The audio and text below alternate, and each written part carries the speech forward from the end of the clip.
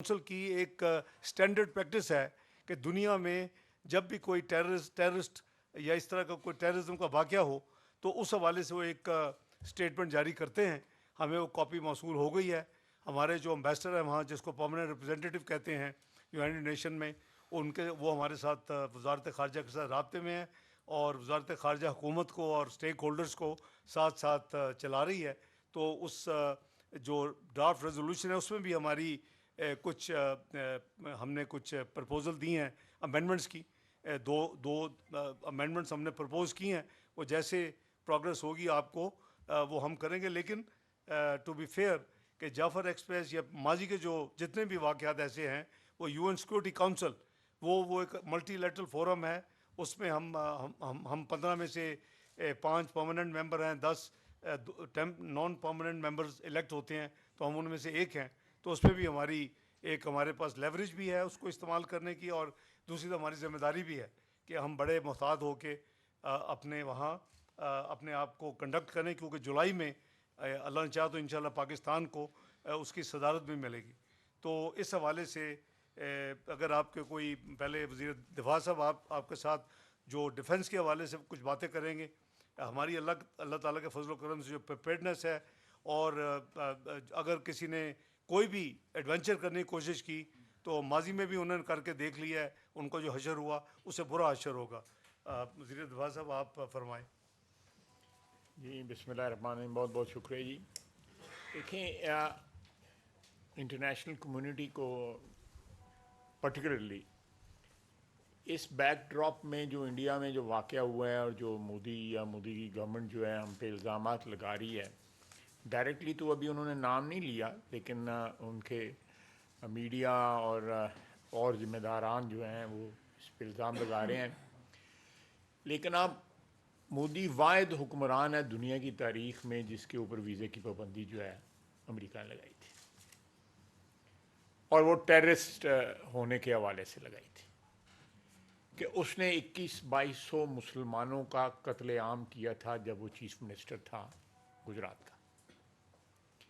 کوئی بتا دے کہ کسی اور ملک میں اس قسم کا جو ہے ریکگنائزڈ سرٹیفائڈ ٹیررسٹ جو ہے وہ حکمران ہو. یہ تاریخ ہے، یہ میں نے خود نہیں انوینٹ کیا. وہ ہمارے پہ الزام لگاتے ہیں. اور یہ اس کے بعد دوسری بات ہے کہ 7 لاکھ فوج وہاں پہ ہے. 9 لاکھ ہے یا 7 لاکھ ہے، بڑا لمبی چوڑی فگر ہے. 9 لاکھ. ان کی 9 لاکھ کی موجودگی میں اس قسم کا واقعہ ہو گیا ہے. تو اس پاسبلٹی کے اوپر بھی آپ کو غور کرنا چاہیے کہ کوئی نورا کشتی تو نہیں ہوئی، یا کوئی اس قسم کا واقعہ تو نہیں ہے جس سے وہ پولیٹیکل مائلیج گین کرنا چاہتے ہوں، یا پاکستان کو کسی ہیلے بہانے سے ٹارگٹ کرنا چاہتے ہوں. ہم نے بڑا کیٹیگوریکلی جو ہے یہ کنڈیم کیا ہے. ان آل فارمز جو ہے ہم ٹیررزم کو کنڈیم کرتے ہیں، دنیا کے کسی کونے میں ہو، چاہے وہ ہندوستان میں ہو، ہم اس کو کنڈیم کرتے ہیں. کوئی بالکل وداؤٹ اینی ہیزیٹیشن. پاکستان سب سے زیادہ دنیا کی تاریخ میں اگر ٹیررزم کا نشانہ بنا ہے تو پاکستان ہے. آج بھی terrorism is rising in Pakistan, both in K P and in Balochistan. B L A T T P دونوں کے اسپانسرز جو ہیں وہ ہندوستان میں بیٹھے ہوئے ہیں، ان کے لیڈر وہاں پہ بیٹھے ہوئے ہیں، علاج وہاں پہ کرواتے ہیں. یہ میں کوئی اسپیکولیشنز نہیں کر رہا، میں ہارڈ فیکٹس آپ کو بتا رہا ہوں. وہ وہاں پہ بیٹھے ہوئے ہیں، ان کے لیڈرز جو ہیں ایکٹیولی وہ ہمارے یہاں پہ ٹیررزم کو اسپانسر کر رہے ہیں. وے بیک جب اشرف غنی صاحب کی حکومت تھی افغانستان میں، اس وقت جس طرح ان کو کیش ڈول آؤٹ کیا جاتا تھا ٹیررسٹ کو، باقاعدہ ویڈیوز جو ہیں ہم نے اس وقت جو ہے آن ریکارڈ لے کے آئے، ہماری انٹیلیجنس ایجنسیز جو ہیں. تو افغانستان سے جو کچھ ہو رہا ہے یا جو بی ایل اے کر رہی ہے، اس میں فٹ پرنٹ جو ہے یا فنگر پرنٹس جو ہیں وہ صاف نظر آتے ہیں ہندوستان کے. اور جو ان کے حکمران کے کریڈینشلز ہیں ایز ٹیررسٹ، وہ بالکل جو ہے اس میں کوئی شک شبے کی گنجائش نہیں ہے. دوسری بات یہ ہے کہ ایز اے اسٹیٹ ہندوستان نے جو ہے کینیڈا بھی ایکسپورٹ کیا ٹیررزم، یونائٹڈ اسٹیٹس بھی ایکسپورٹ کیا. دونوں ملکوں نے اس پہ احتجاج کیا, یہاں تک کہ کینیڈا نے ان کے ساتھ سفارتی تعلقات بھی خطر میں ڈال دیے. اور کینیڈا کے وزیر اعظم جو ہے اس ٹیررسٹ اٹیکس کے اگینسٹ جو ہے جس طرح انہوں نے پروٹیسٹ کیا وہ انپریسیڈنٹڈ ہے کہ ویسٹ میں ہندوستان کے خلاف اس قسم کا پروٹیسٹ ہوا ہو. Same happened in United States also. Allah کے فضل سے پاکستان پہ کوئی ایسے الزامات نہیں ہیں کسی بھی انٹرنیشنل کمیونٹی کے کسی ممبر کے خلاف, کسی ملک کے خلاف کوئی اس قسم کے الزامات نہیں ہیں. اور دوسری بات یہ ہے کہ یہ